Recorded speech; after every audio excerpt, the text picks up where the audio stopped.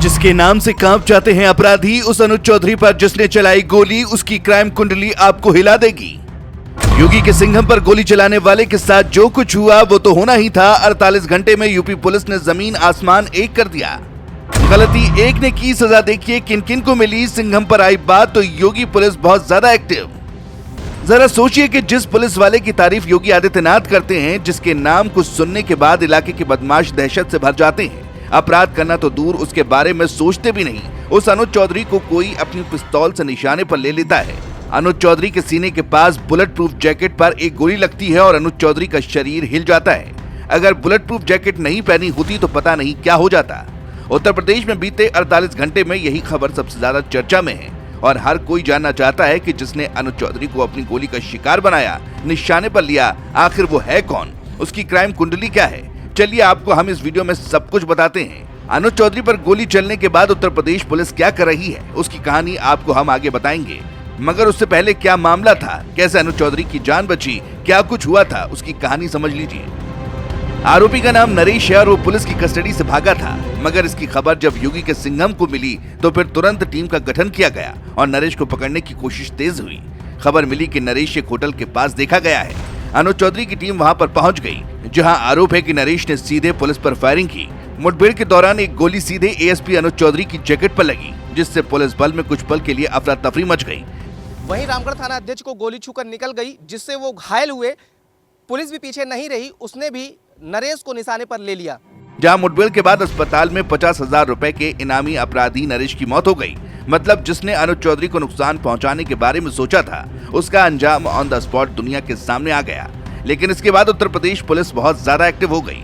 आपको बताएं कि अनुज चौधरी की बुलेट प्रूफ जैकेट अच्छी थी, या कहें कि उनकी किस्मत अच्छी थी कि उनको चोट नहीं आई, नहीं तो अनहोनी भी हो सकती थी। मगर सोचिए उस नरेश के बारे में जिसने अनुज चौधरी पर फायरिंग करने की सोच ली, उसको ये हौसला ऐसे ही नहीं मिला। इसकी लंबी चौड़ी क्राइम कुंडली है।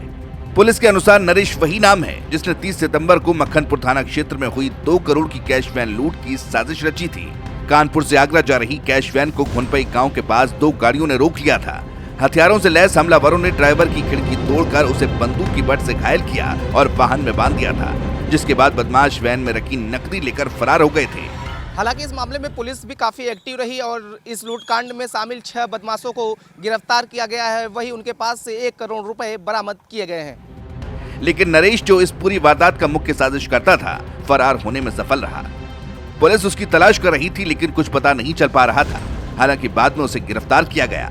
जेल में उसने कहा कि बाहर 20 लाख रुपए रखे हैं, ऐसी कहानी बनाकर वहां से बाहर निकला और जब पुलिस की टीम पैसे की खोज में उसे लेकर निकली तो वो वहां से फरार हो गया। उसके बाद अनुज चौधरी ने टीम बनाकर उसे पकड़ने की कोशिश की थी, जहां पर गोली चलाई गई। हालांकि बदमाश नरेश पुलिस की गोली की चपेट में आया और अपराध का अंत हुआ। मिल रही जानकारी के अनुसार अलीगढ़ का रहने वाला नरेश अपराधी की दुनिया में काफी पहले से सक्रिय था। उसके खिलाफ दिल्ली समेत अन्य कई शहरों में अलग अलग थानों में 9 मुकदमे दर्ज हैं। लेकिन इस मामले के बाद योगी की पुलिस का गुस्सा चरम पर है। जो लोग अपराधी हैं उनकी खैर नहीं है। नरेश तो गया ही, साथ ही अब पुलिस ने पूरे उत्तर प्रदेश में सर्च अभियान शुरू कर दिया है। ऑपरेशन लंगड़ा को और तेज कर दिया गया है। मिल रही जानकारी के अनुसार पिछले 48 घंटों में यूपी पुलिस ने एक के बाद एक करीब 20 बदमाशों को सबक सिखाया। यूपी पुलिस ने शहर शहर बदमाशों का सीधे एनकाउंटर किया। मेरठ से लेकर मुजफ्फरनगर तक, फर्रुखाबाद से फिरोजाबाद तक, मुरादाबाद से मथुरा तक, हरदोई से उन्नाव तक, झांसी से बुलंदशहर तक, बागपत से बलिया तक, लखनऊ से गाजियाबाद तक और शामली से झांसी तक पुलिस ने ये कार्रवाई की है। योगी आदित्यनाथ का मैसेज क्लियर है, जो अपराध करेगा उसके साथ अंजाम वही होगा जो अपराधियों के साथ होता है। देखते रहिए ना उत्तर प्रदेश।